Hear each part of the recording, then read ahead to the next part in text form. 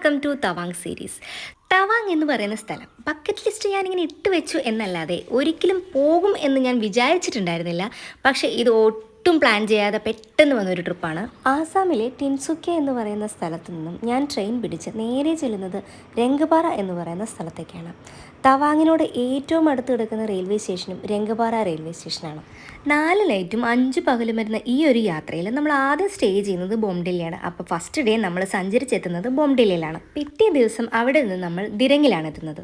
ദിരങ്ങിൽ നിന്നും നേരെ പോകുന്നത് തവാങ്ങിലേക്കാണ്. പോകുന്ന വഴിക്ക് യാത്രയിലെ ഏറ്റവും പ്രധാനപ്പെട്ട സ്പോട്ടായ സേല പാസും കാണുന്നു.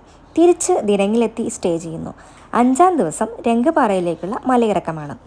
തേജ്പൂരിൽ നിന്നും നമ്മളൊരു ടൂർ പാക്കേജ് എടുത്തിട്ടുണ്ട്. അതുവഴിയാണ് നമ്മൾ തമ്പാങ്ങിലേക്ക് പോകുന്നത്. പാക്കേജ് എടുക്കാനുള്ള മെയിനായിട്ടുള്ള കാര്യം ഇവിടുത്തെ ട്രാൻസ്പോർട്ടേഷൻ ബുദ്ധിമുട്ട് തന്നെയാണ്. പാക്കേജ് ആകുമ്പോൾ നമ്മൾ വേറെ ഒന്നും അറിയണമെന്നില്ല. റെൻറ്റിനുള്ളൊരു കാർ ഉണ്ടാവും, ഒരു ഡ്രൈവർ ഉണ്ടാവും. എല്ലാ സ്പോട്ടും നമുക്ക് നിർത്തി കണ്ടു പോയി വരാനും സാധിക്കും. ഞങ്ങളങ്ങനെ ഏർലി മോർണിംഗ് രംഗപാറ റെയിൽവേ സ്റ്റേഷനിലെത്തി. ഇനി അവിടെ ചെറിയൊരു ഹോട്ടലിൽ നിന്ന് എടുത്ത് ഞങ്ങളൊന്ന് ഫ്രഷപ്പായി റെഡിയായി തിരിച്ചിറങ്ങിയപ്പോഴേക്കും ഞങ്ങളെ കൊണ്ടുപോകാനായിട്ട് നമ്മുടെ കാറും സാരഥിയും എല്ലാം ഇവിടെ റെഡി. യാത്രയുടെ ആദ്യപടി എന്ന രീതിയിൽ നമുക്ക് ബ്രേക്ക്ഫാസ്റ്റ് കഴിക്കാനാണ് ആദ്യം നമ്മൾ വണ്ടി നിർത്തിയത്. നോർത്ത് ഇന്ത്യൻ ബ്രേക്ക്ഫാസ്റ്റ് പൊതുവേ ആലു പൊറോട്ട, പൂരി ഒക്കെ ആയിരിക്കും. പൂരി കഴിച്ച് അങ്ങനെ ഞങ്ങൾ ഇന്നത്തെ ദിവസം തുടങ്ങി. അരുണാചലിലേക്കുള്ള യാത്രയിൽ നമ്മൾ ഇന്റർ പെർമിറ്റ് പാസ് ഒരെണ്ണം എടുക്കാനുണ്ട്. അത് നമുക്ക് സൈറ്റിൽ കയറി എടുക്കാവുന്നതേ ഉള്ളൂ. ഞങ്ങളുടെ സാരഥിയുടെ പേര് ബിജു എന്നാണ്. പേര് കേട്ടപ്പോൾ മലയാളിയാണോ എന്നൊരു സംശയം. അല്ല, നല്ല പക്ക ആസാമിയാണ്. പിന്നെ പുള്ളി പറയുന്ന ഹിന്ദി നല്ല ആസാമി ലാംഗ്വേജും കൂടെ കൂട്ടിക്കലർത്തിയാണ് പറയുന്നത്. അതുകൊണ്ട് തന്നെ എനിക്ക് പ്രത്യേകിച്ച് ഒന്നും മനസ്സിലാവുന്നില്ല. അങ്ങനെ നമ്മൾ ആസാമിലെ ബോർഡറും കടന്ന് അരുണാചലിലേക്ക് കടക്കുകയാണ്. ഇവിടെയാണ് നമുക്ക് ഇന്റർ പെർമിറ്റ് പാസ് കാണിക്കേണ്ടത്. നമ്മുടെ കേരളവും തമിഴ്നാടും തമ്മിലുള്ള വ്യത്യാസമാണ് ആസാമും അരുണാചലും തമ്മിൽ. കാലാവസ്ഥയിലും ഭൂപ്രകൃതിയിലും എല്ലാം പെട്ടെന്നൊരു വ്യത്യാസം നമുക്ക് പ്രകടമായി തന്നെ മനസ്സിലാക്കാൻ സാധിക്കും. ആസാമിലെ വരണ്ട കാലാവസ്ഥയും സ്ഥലത്ത് നിന്ന് നമ്മളിത് അരുണാചൽ പ്രദേശിലെ നല്ല തെളിച്ചമുള്ള സ്ഥലത്തേക്ക് എത്തിയിരിക്കുകയാണ്. ഇതാണ് നമ്മുടെ first spot, orchid centre Tippi valley. ചെറിയൊരു ഓർക്കിഡ് ഗാർഡനും ഒക്കെ കൂടിയ ഒരു ചെറിയൊരു സ്ഥലം. ഇതിൻ്റെ ഓരത്തായിട്ട് കുത്തിമറിഞ്ഞൊഴുകുന്ന ഒരു പുഴയുണ്ട്. അത് കാണാനൊരു പ്രത്യേക ഭംഗിയാണ്. നല്ല തെളിച്ചമുള്ള, നല്ല ശക്തമായി ഒഴുകുന്ന വലിയ വീതിയോടുകൂടിയ ഒരു പുഴ. ക്യാമറയിൽ ഇങ്ങനെ കാണുന്നതിനേക്കാളും നല്ല ഭംഗിയാണ് കേട്ടോ നേരെ കാണാനായിട്ട്. പിന്നെ കുറച്ചുകൂടി മലമുകളിലേക്ക് സഞ്ചരിക്കുമ്പോൾ ഈ പുഴയുടെ ഒരു ദൂര കാഴ്ചയെ നമുക്ക് കാണാൻ സാധിക്കും. ഓർക്കിഡ് ഗാർഡനിൽ കാണാൻ മാത്രമുള്ള പൂക്കളൊന്നും ഇല്ലെങ്കിലും നല്ല വൃത്തിയോടും ഭംഗിയോടും കൂടിയാണ് ഇവിടെ ഒരുക്കി നിർത്തിയിട്ടുള്ളത്. കാഴ്ചയേക്കാളേറെ ഒരു വിശ്രമസ്ഥലം എന്ന രീതിയിൽ വേണം നമുക്ക് ഈ സ്ഥലത്തെ നോക്കിക്കാണാൻ. തവാങ് യാത്ര എന്ന് പറയുന്നത് വളരെ ദുർഘടം പിടിച്ച വഴികളിലൂടെയുള്ള വളഞ്ഞു പൊളഞ്ഞുള്ള ഒരു യാത്രയാണ്. ശരിക്കും ഇത്തരം ഇടത്താവളങ്ങൾ ഈ യാത്രയിൽ നല്ല ഫ്രഷ് ഫീൽ നൽകുന്നുണ്ട്. അങ്ങനെ ഞങ്ങളുടെ അടുത്ത ലക്ഷ്യസ്ഥാനത്തേക്കുള്ള യാത്രയിൽ ഞങ്ങൾക്ക് ഫസ്റ്റ് ഉരുക്കുപാലം കാണാൻ പറ്റി. എപ്പോൾ വേണമെങ്കിലും ഈ ഭാഗത്ത് ലാൻഡ് സ്ലൈഡ് ഉണ്ടാകാൻ സാധ്യതയുണ്ട്. ഇത്തരം സ്ഥലങ്ങളിൽ BRO നിർമ്മിക്കുന്ന ഇത്തരം പാലങ്ങൾ ധാരാളം നമുക്ക് കാണാൻ സാധിക്കും. കുറേ മലകളൊക്കെ നിർമ്മാണത്തിന് വേണ്ടി വെട്ടിപ്പൊളിച്ചിട്ടുണ്ട്. പിന്നെ കുറേ ലാൻഡ് സ്ലൈഡ് വന്നതും. അങ്ങനെ മൊത്തത്തിൽ നല്ല കുളമായി കിടക്കുകയാണ് വഴികളെല്ലാം. ഞാൻ നേരത്തെ പറഞ്ഞ ടിപ്പിയിൽ വെച്ച് കണ്ട പതഞ്ഞൊഴുകുന്ന ഒരു പുഴയില്ലേ, ആ പുഴയുടെ ദൂരക്കാഴ്ചയാണ് ഇത്. മലകൾ കൊണ്ട് തീർത്ത അത്ഭുത നഗരങ്ങളിലേക്കുള്ള യാത്രയിലെ ആദ്യ കാഴ്ച. വഴിയരികിൽ കണ്ട അമ്പലത്തിൽ കയറാനായി ബിജു വണ്ടി നിർത്തി തന്നു. ഒരു അമ്പലത്തിന് എന്താ ഇത്ര പ്രത്യേകത എന്ന് ചോദിച്ചപ്പോൾ ബിജു പറഞ്ഞത് ഇത് പട്ടാളം നടത്തുന്ന ക്ഷേത്രമാണ് എന്നാണ്. അപ്പോൾ ഒരു കൗതുകമൊക്കെ തോന്നി. പിന്നൊന്നും നോക്കിയില്ല, ചെരിപ്പൂരി അകത്ത് കയറി ഒന്ന് തൊഴുതു. ഇറങ്ങിയപ്പോൾ അവിടെ നിൽക്കുന്ന ആൾ ഒരു കൽക്കണ്ടെടുത്ത് കയ്യിൽ തന്നു പ്രസാദമാണെന്നും പറഞ്ഞു. പിന്നെ അതും കഴിച്ച് അങ്ങനെ നിന്നപ്പോൾ നമ്മുടെ ബിജുവിനെ കാണുന്നില്ല.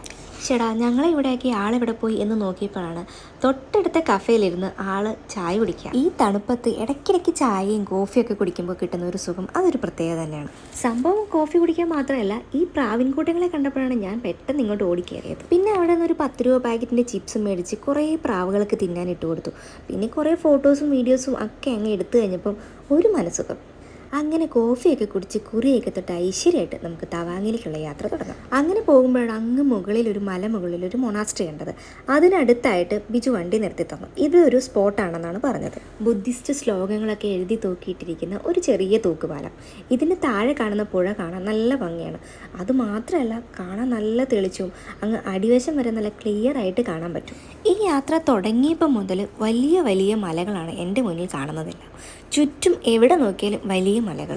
അങ്ങനെ അവിടെ കുറേ നേരം സ്പെൻഡ് ചെയ്ത് നടന്നു വന്നപ്പോഴാണ് നല്ല പൂത്തുലഞ്ഞു നിൽക്കുന്ന ഒരുപാട് ഓറഞ്ച് മരങ്ങൾ എൻ്റെ കണ്ണിൽപ്പെട്ടത്. ഇതെല്ലാം കാണുമ്പോൾ എനിക്ക് നല്ല കൗതുകമാണ്. നമ്മളിങ്ങനെ അധികം ഇങ്ങനെയുള്ള ഓറഞ്ച് മരങ്ങളൊന്നും കാണാത്തതുകൊണ്ടായിരിക്കാം.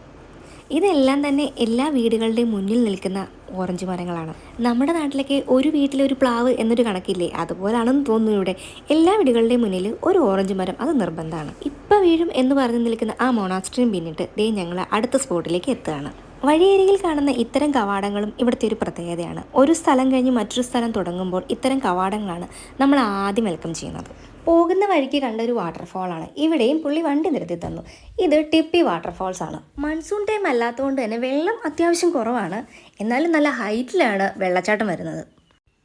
അങ്ങനെ ഞങ്ങൾ വാട്ടർഫോളും കൊണ്ട് അടുത്തത് വരുന്നത് നാഗ ടെമ്പിളിലേക്കാണ്. പേര് കേൾക്കുമ്പോൾ തന്നെ ഒരു വെറൈറ്റി ആയിട്ട് ഫീൽ ചെയ്തില്ലേ? സംഭവം ഇച്ചിരി വെറൈറ്റി അല്ല, നല്ല വെറൈറ്റി ഉള്ള ഒരു അമ്പലമാണ്. പണ്ട് ഈ റോഡ് കൺസ്ട്രക്ഷൻ്റെ സമയത്ത് ഒരുപാട് പ്രശ്നങ്ങൾ ഇവിടെ ഉണ്ടായിരുന്നു. അന്ന് ഒരുപാട് സ്നേക്ക് ബൈറ്റ് ഉണ്ടാവുകയും ഒരുപാട് വർക്കേഴ്സ് ഇതിൻ്റെ ഭാഗമായിട്ട് മരണപ്പെടുകയും ഒക്കെ ചെയ്തൊരു സ്ഥലമാണിത്. അതിനുശേഷം ഈ BRO തന്നെ, അതായത് പട്ടാളത്തിൻ്റെ തന്നെ നേതൃത്വത്തിൽ ഇവിടെ ഒരു നാഗമന്ദിരം പണിയുകയായിരുന്നു. ഇവിടെ ഈ മന്ദിരം വന്നതിന് ശേഷം വലിയ പ്രശ്നങ്ങളൊന്നും കൂടാതെ തന്നെ കൺസ്ട്രക്ഷൻ നടന്നു എന്നാണ് പറയപ്പെടുന്നത്. എല്ലാ വർഷവും ഇവിടെ നാഗപഞ്ചമിക്ക് വലിയ ആഘോഷങ്ങളൊക്കെ നടക്കാറുണ്ട്. കഥകൾ ഇങ്ങനെയൊക്കെയാണെങ്കിലും ഈ അമ്പലം അടിപൊളിയാണ്. ഇതിൻ്റെ മുകൾ വശം എത്തുമ്പം നല്ല കാറ്റും നല്ലൊരു പീസ്ഫുൾ ആയിട്ടുള്ള അന്തരീക്ഷമാണ് ഇവിടെ എല്ലായിടത്തും. എനിക്ക് തോന്നുന്നത് കൺസ്ട്രക്ഷൻ്റെ ആദ്യ കാലങ്ങളിലൊക്കെ ശരിക്കും നല്ല കാട് പിടിച്ച സ്ഥലമായിരിക്കും. അതുകൊണ്ടായിരിക്കണം ഇത്തരം ഒരുപാട് നാഗങ്ങൾ ഇവിടെ കണ്ടിരുന്നത്. പിന്നീട് ഇത്തരം ഒരുപാട് സംഭവങ്ങൾക്ക് ശേഷം ആൾപ്പെരുമാറ്റമൊക്കെ കൂടിയതിന് ശേഷമായിരിക്കും നാഗങ്ങൾ ഇവിടെ നിന്ന് പോയി വേറെ എവിടെയെങ്കിലും ചേക്കേറിയിട്ടുണ്ടാവുക. എന്തായാലും ഇവിടെ ഒരു അമ്പലം അതിൻ്റെ പേരിൽ വന്നു. ഈ മന്ദിരം ഇരിക്കുന്നത് അത്യാവശ്യം ഉയരത്തിലാണ്. ഇവിടെ നിന്ന് നോക്കുമ്പോൾ നമ്മൾ താഴെ ഒരു പുഴ കാണാം. അതിൻ്റെ അടിവശം വരെ നല്ല ക്ലിയർ ആയിട്ടാണ് നമുക്ക് കാണാൻ പറ്റുന്നത്. എനിക്ക് വീഡിയോയിൽ കാണിക്കാൻ പറ്റാത്ത ഒരു കാര്യമുണ്ട്. ഇവിടെ നിന്ന് കിട്ടുന്ന ഒരു ഫീൽ, നമ്മൾ അനുഭവിച്ചറിയുന്ന ഒരു അവസ്ഥയുണ്ട്.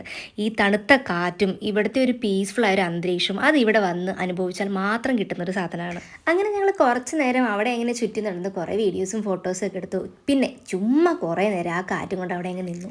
അടുത്തതായി നമ്മൾ പോകുന്നത് ഒരു മ്യൂസിയം കാണാനാണ്. പോകുന്ന വഴിക്കെല്ലാം നിരവധി പട്ടാള ക്യാമ്പുകൾ എല്ലാം താണ്ടിയാണ് നമ്മൾ പോകുന്നത്. ഇതും ഒരു പട്ടാള ക്യാമ്പിനോട് ചേർന്ന് വരുന്ന ഒരു മ്യൂസിയമാണ്. ചൊവ്വാഴ്ച ഈ മ്യൂസിയം ക്ലോസിംഗ് ആണ്. അതുകൊണ്ട് തന്നെ ഞങ്ങൾക്ക് കയറാൻ പറ്റില്ല. തിരിച്ചു വരുമ്പോൾ കയറാം എന്നുള്ള രീതിയിൽ ഞങ്ങൾ തിരിച്ച് ബോംഡിലെത്തി. ഏകദേശം 2:30-3 മണി ആകാറായപ്പോഴേക്കും ഞങ്ങൾ ബോംഡിലെത്തി. ഇവിടെയാണ് നമുക്ക് ഇന്നത്തെ സ്റ്റേ അറേഞ്ച് ചെയ്തിരിക്കുന്നത്. ഇവിടെ അത്യാവശ്യം നല്ല തണുപ്പ് ഇപ്പോൾ തന്നെ ഫീൽ ചെയ്യുന്നുണ്ട്. അങ്ങനെ റൂമിൽ ചെന്ന് നോക്കിയപ്പോഴത്തേക്കും റൂമിൽ ഹീറ്ററൊന്നുമില്ല, പക്ഷേ ബെഡിൽ ഹീറ്റർ. സമയം ഇത്രയായിട്ട് ഞങ്ങളൊന്നും കഴിച്ചിട്ടുണ്ടായിരുന്നില്ല. അപ്പോൾ പെട്ടെന്ന് തന്നെ പുറത്തിറങ്ങി ഒരു അടുത്തുള്ള റെസ്റ്റോറൻറ്റ് തപ്പി കണ്ടുപിടിച്ചു. നല്ല ചൂട് ചോറ് കഴിക്കാനായിരുന്നു എനിക്ക് ഭയങ്കര ആഗ്രഹം. ഇവിടെ നമ്മൾ ഏത് ഹോട്ടലിൽ ചെന്നാലും കിട്ടുന്നൊരു സാധനമാണ് സവോളയും ഈ എരിവുള്ള മുളകും. നല്ല എരിവാണ് ഈ മുളകിന്. പക്ഷേ ഈ ഒരു കോംബോ എന്തോ ഭയങ്കര ഇഷ്ടപ്പെട്ടു എനിക്ക്. കുറച്ച് നേരം റൂമിലിരുന്ന് ഒന്ന് ഫ്രഷ് ആയതിനു ശേഷം ഞങ്ങൾ അടുത്ത സ്ഥലം കാണാൻ ഇറങ്ങി. ഇത് ബോംഡില്ല തന്നെയുള്ളൊരു മൊണാസ്ട്രിയാണ്. ബോംഡില്ല നഗരത്തിൻ്റെ കുറച്ച് മുകളിലായിട്ടാണ് ഈ ഒരു മൊണാസ്ട്രി സ്ഥിതി ചെയ്യുന്നത്. ഇവിടുത്തെ പ്രകൃതിയും അതിനോട് ഇണങ്ങി വരുന്ന ഇത്തരം മൊണാസ്ട്രിയും കാണാനൊരു പ്രത്യേക ഭംഗി തന്നെയാണ്.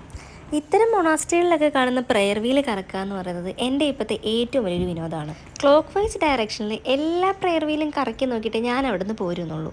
ഓരോ പ്രെയർ വീലിലും ഓരോ മന്ത്രങ്ങളാണ് അടങ്ങിയിരിക്കുന്നത്. ഓരോ തവണ നമ്മൾ പ്രെയർ വീൽ കറക്കുമ്പോഴും ഈ മന്ത്രം എങ്ങനെ പ്രകൃതിയിലേക്ക് അലിഞ്ഞു ചേരും എന്നാണ് വിശ്വാസം. ടിബറ്റൻ സ്റ്റൈലിലുള്ള ആർക്കിടെക്ചറൊക്കെ കാണാൻ ആഗ്രഹമുള്ളവർക്ക് ടിബറ്റ് വരെ പോയി എന്തായാലും കഷ്ടപ്പെടേണ്ട. അരുണാചൽ പ്രദേശ് ഇതിനൊരു ബെസ്റ്റ് മോഡലാണ്. തവാങ്ങിലാണ് ഏഷ്യയിലെ തന്നെ 2ാമത്തെ മൊണാസ്ട്രി സ്ഥിതി ചെയ്യുന്നത്. അത് നമ്മൾ നമ്മുടെ ട്രിപ്പിൻ്റെ ലാസ്റ്റ് ഡേയിലാണ് പ്ലാൻ ചെയ്തിരിക്കുന്നത്. ഇത്തരം മൊണാസ്ട്രികളിലെല്ലാം കിട്ടുന്നൊരു കാം ആൻഡ് ക്വൈറ്റ് ഒരു ആംബിയൻസ് ഉണ്ട്. അതുതന്നെയാണ് ഇവിടേക്ക് എല്ലാവരും ആകർഷിക്കുന്നത്. വന്ന സമയം എന്തോ പറ്റാത്ത കൊണ്ടാണെന്ന് തോന്നുന്നു അകത്തേക്ക് ഞങ്ങൾക്ക് പ്രവേശനം ഉണ്ടായിരുന്നില്ല. ഇവിടെ നിന്ന് നമുക്ക് ഇതിനകം മുഴുവൻ കാണാൻ പറ്റും. നമ്മുടെ യാത്രയിലെ ആദ്യ ദിനം ബോംഡില്ലയിലാണ് സ്റ്റേ എന്ന് പറഞ്ഞിരുന്നല്ലോ. ഇവിടെ തണുപ്പ് എന്ന് പറയുന്നത് അസഹനീയമാണ്. രാത്രി മൈനസ് ടെമ്പറേച്ചർ വരെ കിട്ടും. എന്നാൽ ഇതിൽ നിന്ന് വ്യത്യസ്തമാണ് ദിരങ്ങിലെ സ്റ്റേ എന്ന് പറയുന്നത്. ദിരങ് പൊതുവെ തവാങ്ങിനെ അപേക്ഷിച്ചും ബോംഡില്ലേനെ അപേക്ഷിച്ചും തണുപ്പ് അത്ര കാര്യമായിട്ടുണ്ടാവില്ല. പാക്കേജ് ആണെങ്കിലും അല്ലാതെ ആണെങ്കിലും പ്ലാൻ ചെയ്ത് ഇങ്ങോട്ട് വരാൻ ആഗ്രഹിക്കുന്നവർ ഹോട്ടൽ ബുക്ക് ചെയ്യുമ്പം ഹീറ്റർ ഉണ്ടോ എന്ന് വിളിച്ച് ഉറപ്പ് വരുത്തിയതിന് ശേഷം ബുക്ക് ചെയ്യുക. ഞങ്ങൾ വന്ന സമയം എന്തായാലും കറക്റ്റാണ്, അല്ലെങ്കിൽ പിന്നെ ഞങ്ങൾക്ക് ഈ കാഴ്ച കാണാൻ പറ്റും. ഇത് ഒരുപാട് സന്യാസിമാർ താമസിക്കുന്ന ഒരു മഠമാണ്. ഇവരുടെ ഒരു ട്രെയിനിങ് ആണ് ഇവിടെ ഇപ്പോൾ നമ്മൾ കണ്ടുകൊണ്ടിരിക്കുന്നത്. അവരുടെ ഭാഷയിൽ പല ആംഗ്യങ്ങളും കൈകളും ഒക്കെ കൊട്ടി ഒരുതരം ഡിബേറ്റാണ് ഇവിടെ നടക്കുന്നത്.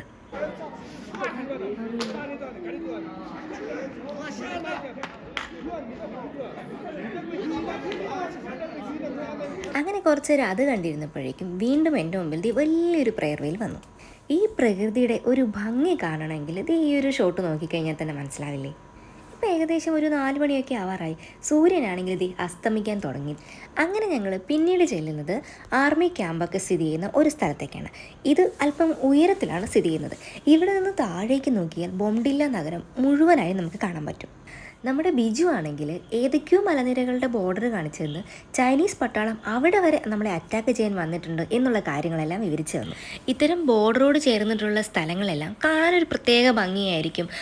കാലാവസ്ഥ കൊണ്ടാണെങ്കിലും ഭക്ഷണം കൊണ്ടാണെങ്കിലും സംസ്കാരം കൊണ്ടാണെങ്കിലും എല്ലാം നമ്മൾക്ക് ഒരുപാട് കൗതുകം തരുന്ന സ്ഥലങ്ങളായിരിക്കും. അതേപോലെ തന്നെ അപകടങ്ങളും ഒരുപാട് പതുങ്ങിയിരിക്കുന്ന സ്ഥലങ്ങളാണ്. അങ്ങനെ ഞങ്ങളുടെ ഫസ്റ്റ് ഡേ ട്രിപ്പ് ദേ തീർന്നു. ഞങ്ങൾ റൂമിൽ ചെന്നത് ഫ്രഷായി തിരിച്ചിറങ്ങിയുമ്പോഴേക്കും തങ്കമുടിയിൽ സമി അപാര തണുപ്പ്. തണുപ്പിനോടൊക്കെ വെറുപ്പ് തോന്നുമെന്ന് പറയില്ലേ, ആ ഒരു അവസ്ഥയാണ് ഇവിടെ. ഇവിടെ തണുപ്പ് മാത്രമല്ല വിഷയം, കുറച്ച് ഉയരത്തിലും കൂടി ആയതുകൊണ്ട് തന്നെ ഓക്സിജൻ ലെവലിൻ്റെയൊക്കെ ഒരു കുറവ് നമ്മുടെ ശരീരത്തിന് പെട്ടെന്ന് എഫക്റ്റ് ചെയ്യുന്നതായിട്ട് നമുക്ക് നന്നായിട്ട് മനസ്സിലാവും. ഫസ്റ്റ് ഡേ അങ്ങനെ ശുഭമായിട്ട് അവസാനിച്ചു. ഇനി നാളെ അടുത്ത ദിവസം നമ്മൾ ദിരങ്ങിലാണ്. ദിരങ്ങിലെ കാഴ്ചകൾക്ക് വേണ്ടിയിട്ട് സ്റ്റേ ട്യൂൺ.